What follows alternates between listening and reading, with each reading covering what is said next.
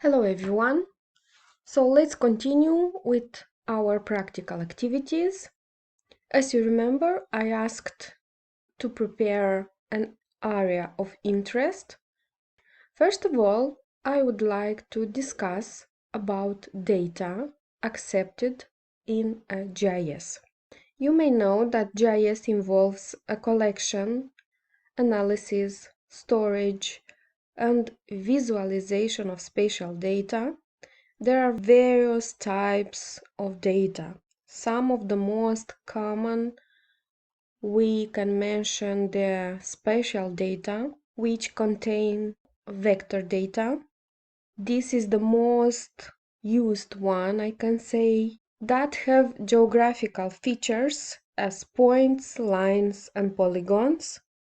These data includes shape, location, and attribute table of the represented features. Another important type of data are raster data, represented as a grid of cells where each cell contains a unique value within the cell. For example, we can say temperature, elevation, and so on. Another kind of data are geodatabases that are structured geodatabases for storing tables, representations, and so on. Another data are remote sensing, satellite images. GPS data, global position system, collections from devices, smartphones, GPS receivers, drones, and so on. These are just few examples of the type of data used in GIS. The used data in QGIS, you can check on the submenu layer, add layer, and you can see all the data that are accepted in QGIS. So, in practical activity that we are going to do today, we will learn how to create an area of interest, first of all, and we have two options. An area of interest by ourselves, or we can import one. Let's try to create an area of interest. As usual, I would like to ask to import an base map to have this spatial awareness where we are and what we are going to do. So let's choose an area of interest. Let's choose this meadow. As I told you, first option is to create one.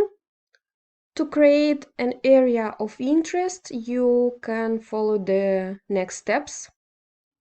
Layer, create layer, and you create a new shapefile layer. In this table, you specify the location where your data will be stored. So let's give the name, let's say, area of interest. And we specify the geometry type. In our case, it will be polygon. And save it. In the layers panel, we can see that we have another layer, area of interest.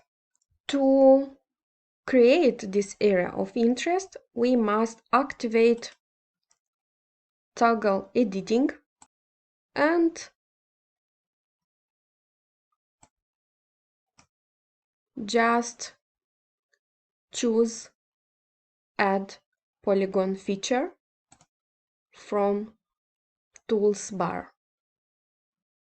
And let's continue to create an area of interest.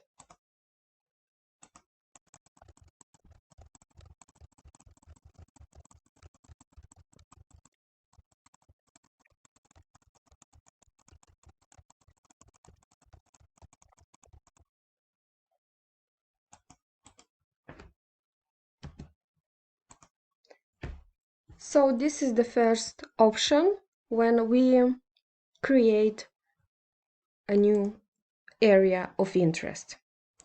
The second option to create an area of interest is to import one or to extract the layer from another existing layer. I propose you to add the data about Republic of Moldova, districts, villages, cities in polygon shape and choose an area of interest. To do that, we're going to layer, add vector layer. As I told you, for attribute tables that contains letters from Romanian alphabet, we must choose the encoding UTF-8,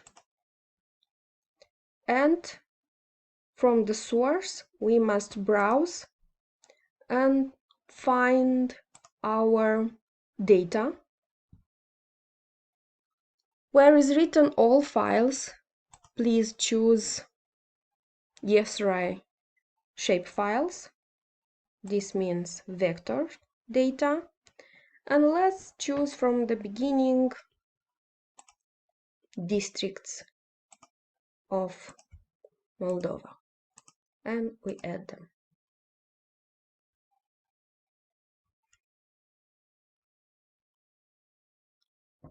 To create an area of interest from existing files or layers, we have two options. Or we can choose the data from the attribute table, or we can select with the Select Features tool the area of interest. To create another layer with our area of interest, we must export it also in our file. Please be careful to be YesRI shapefile at data format and choose the location and give the file a name. Now we have an area of interest for research. In my opinion, the most important for agriculture is landscape, as I told you earlier. So we will use our data to extract landscape data. First of all, we are going to extract contour lines, very important to analyze the altitude and aspect of slopes. To do that, we will use the next tool. But first of all, let's add the raster layer. So go to menu layer, add raster layer. Choose the file and add it.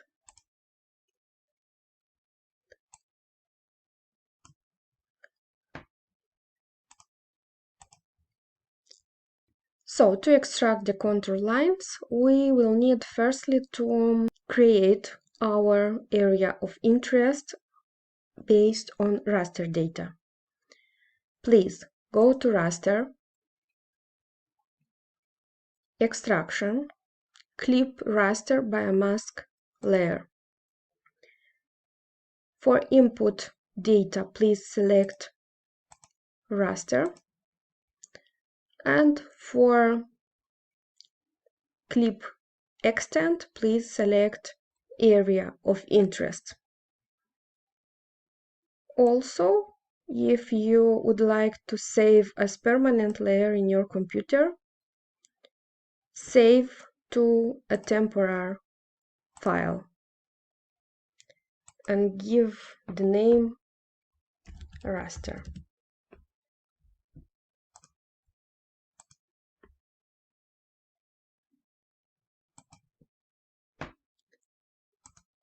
Now we have our area of interest. Now, to extract the contour lines, please go to raster, extraction, contour lines. At the input layer, please select your area of interest, raster must be. Interval between contour lines we can leave by default 10 meters, since our area of interest is very big. But in your case, if you have a smaller area of interest, please select the suitable interval for your interests.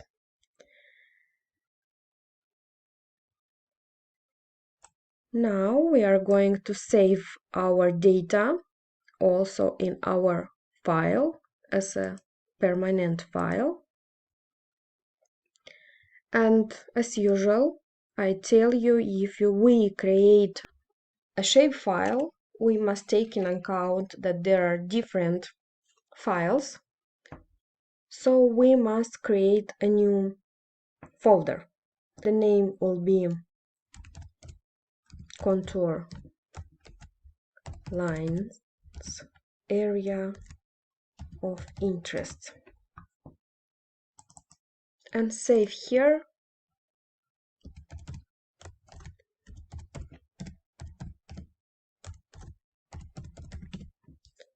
Area of interest, contour lines. I think it's very important to specify that it's 10 meters between contours. Save and run it. Now we have another layer, which in this time is vector layer, with contour lines representing the aspect of landscape. To understand better what these lines mean, we can give them some labels. In our case, they will be elevation, and let's wait for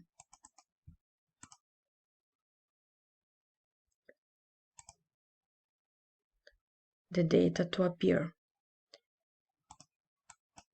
So now we can understand what is going on, which land has the highest altitude, where it's a convex, concave, and so on. Another parameter that we can analyze from this data, from our raster data, is the slope. To do that, we are going to symbolize the data.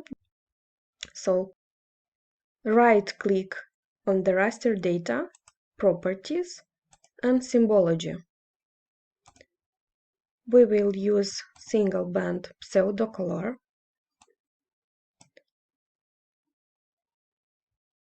We will use the color ramp spectral, we will invert it. And we will use the interval between colors of 15 meters. So first interval will be 50 meters, 100, 150, 200, 250, 300.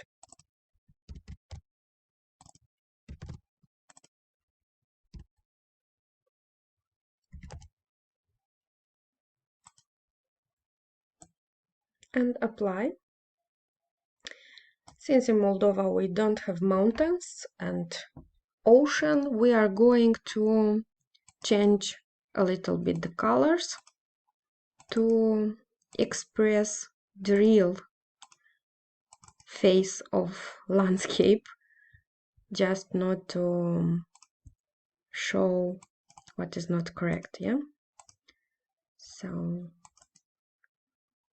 let's use this and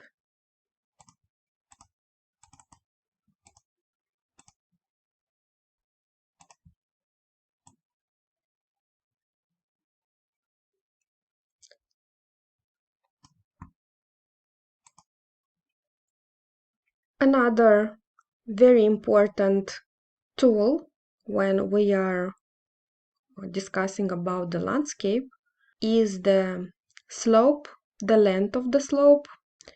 To do that, we are going to install a plugin that will help us to analyze the slope. Please choose Plugin, Manage and Install Plugin,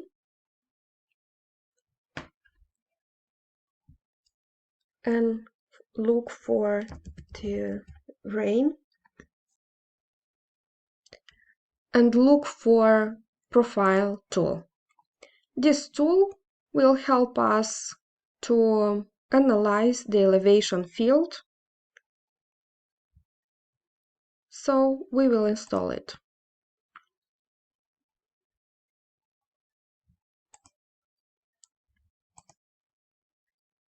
Now, let's analyze the landscape.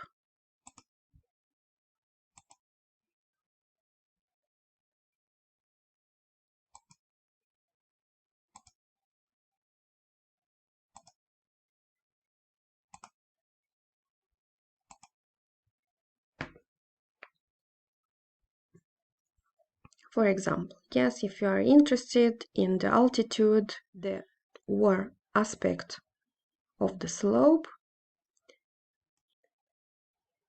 as I told you in my presentation, another important feature of the landscape that we should take in account during any project in agribusiness initiation or development take in account is the aspect. To analyze the aspect and extract the data from digital elevation model, we should use the next tool.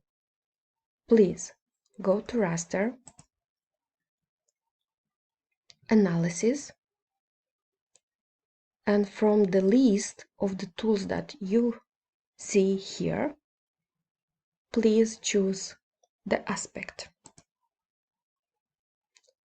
Be careful, at the input layer select the right one, our area of interest raster data, and save the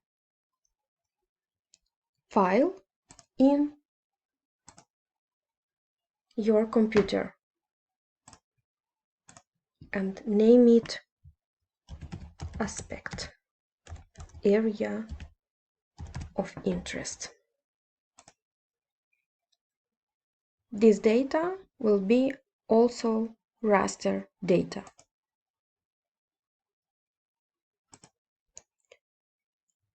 To symbolize the raster, please select the layer aspect, right-click Properties, select single band pseudocolor,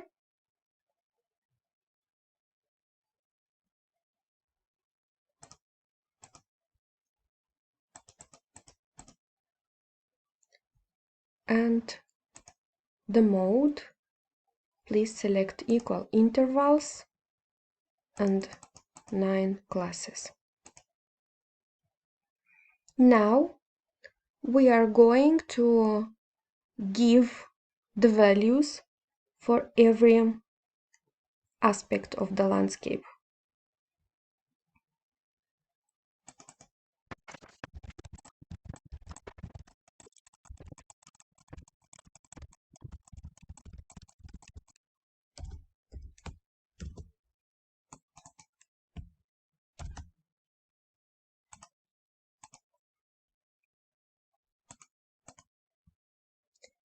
Now you can see the aspect of every slope in our area of interests.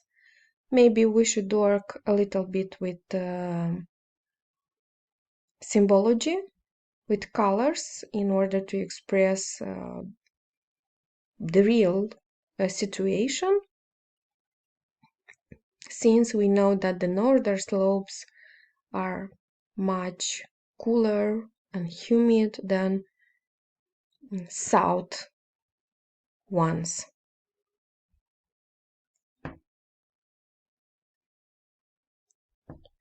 If you select the raster menu, you can see here all the possibilities that you have. You can extract data of any aspects related to the land. If raster and analysis isn't enough, you can go to Processing Tools toolbox, and here you will find a lot of tools that will help you to analyze everything you want about the land. In the Processing toolbox, here you have a lot of options to use in order to analyze the raster data or vector data. It depends on which data are you interested. But I think for the beginning, it is okay to learn how to use these tools, these based tools that everyone should know. For this moment, I would like to say thank you very much indeed. If you have some problems, misunderstanding, please contact me. See you at the next lecture. Bye-bye.